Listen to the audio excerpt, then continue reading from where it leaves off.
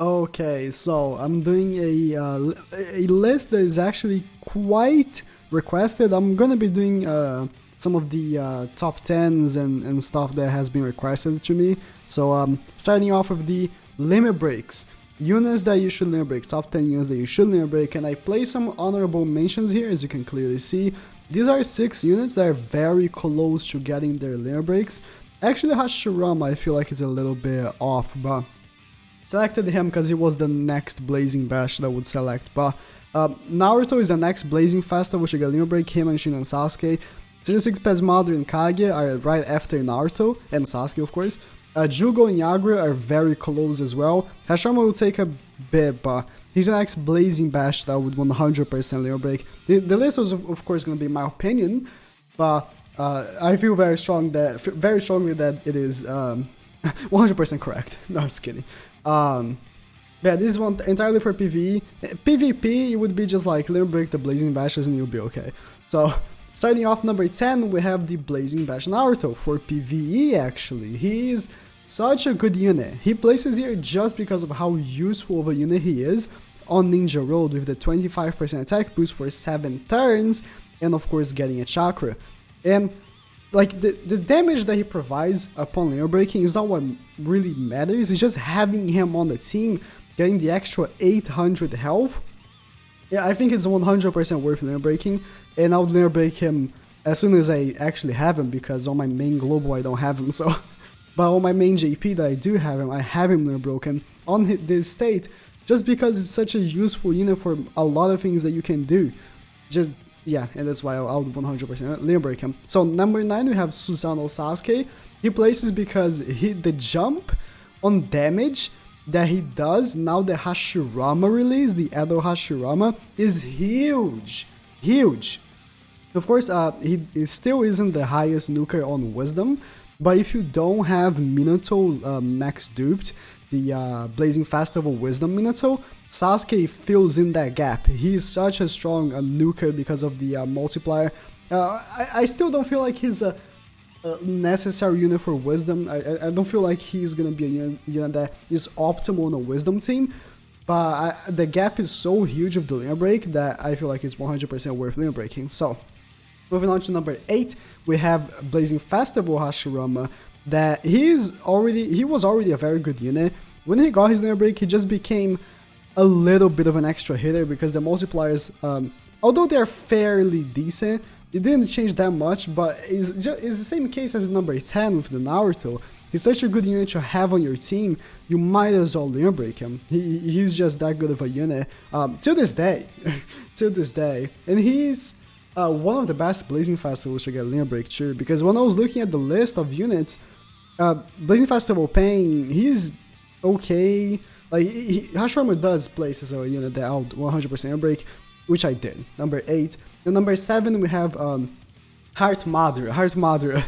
Oh boy. Actually, yeah, if the next ones weren't so good, he would be number 1. But he's really good. Up until Hashirama right there, it was kind of like, hey, you could, because really there aren't many unbreakable units.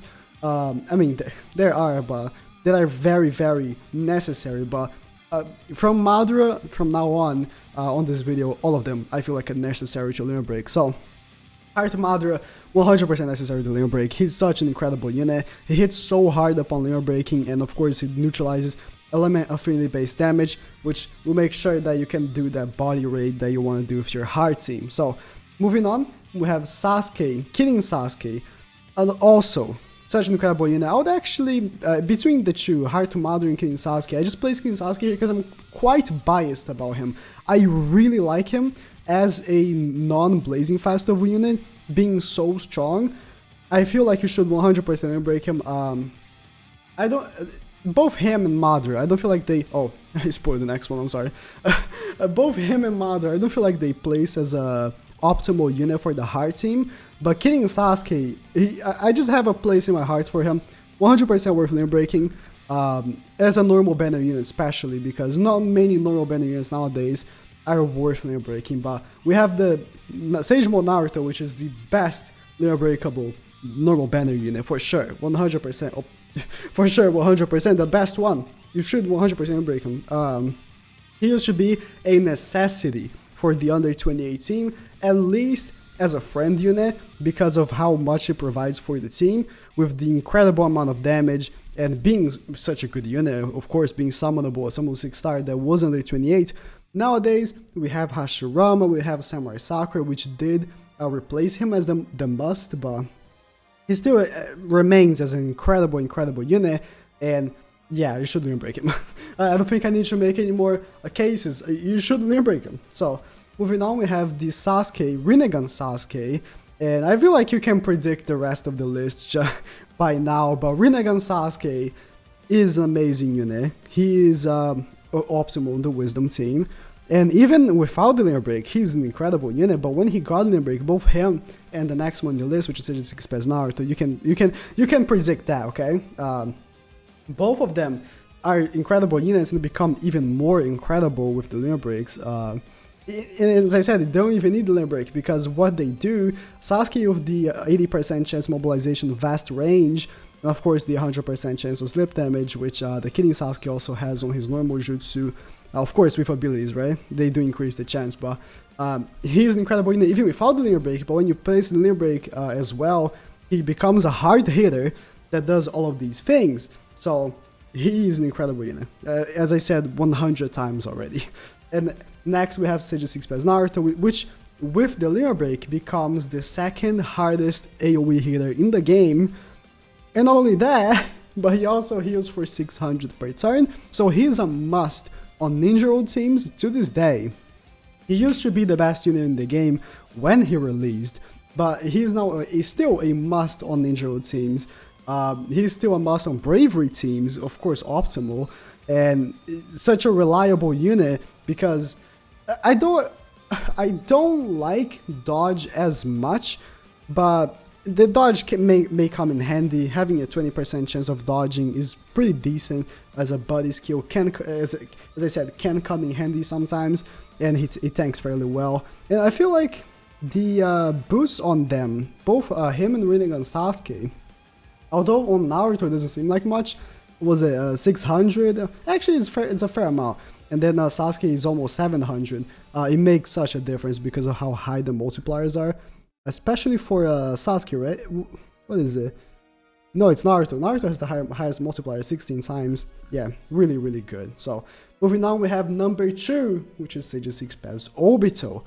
He is the hardest hitter in the game, I'm pretty sure, upon limit breaking and having the new Sage 6 Pass Madara behind him. So, if you don't have Sage 6 Pass Madara, the skill one, you can of course bring a friend one and put your Sage 6 Pass Obito behind the Sage 6 Pass Madara and give Obito the 500 attack boost because of the 30 times multiplier with the first ability, plus the, of course, the already very much high multiplier of his ultimate. Becomes a 30 times multiplier, and the damage just skyrockets, just like I mentioned with the Susanoo Sasuke over here. Having a high multiplier really makes a limit break be so strong. One reason why I feel like Night Guy's limit break was very underwhelming was because his multiplier is not that high. His attack stat was already very high, and it just became a bit higher, but the multipliers aren't that high, so the multiplication of that gap that filled in with the limit break wasn't that much.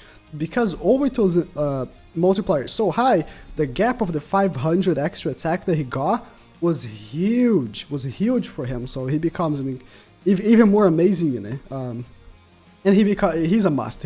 You need to limit break him, no question. But the unit that everyone, okay, need to limit break is Kakashi. Kakashi, he is dumb. He is the hardest hitting AoE unit in the game, and I said the multiplier is not that high, but the 40% extra damage to every single element multiplies as well in the attack stat, the gap of the attack stat. So it's not just the attack stat that changes, but because of the percentage on the multiplication of the abilities, it makes such a higher number. Kakashi is such a complex unit actually, because you're not just getting this value up against this value, like Obito would, for instance. You're getting this value up against this value, up against this value right here. So it's a lot of multiplications, which makes his limit break so special and 100% a necessity, okay? If there are two necessities, it's Kakashi and Obito. You can leave all of these other ones without the limit breaks and I wouldn't judge you, okay? All of these other ones, even the new ones, nah, Mother you'd have to, but Kakashi and Obito must limit breaks. Incredible units, the hardest hitting of each type.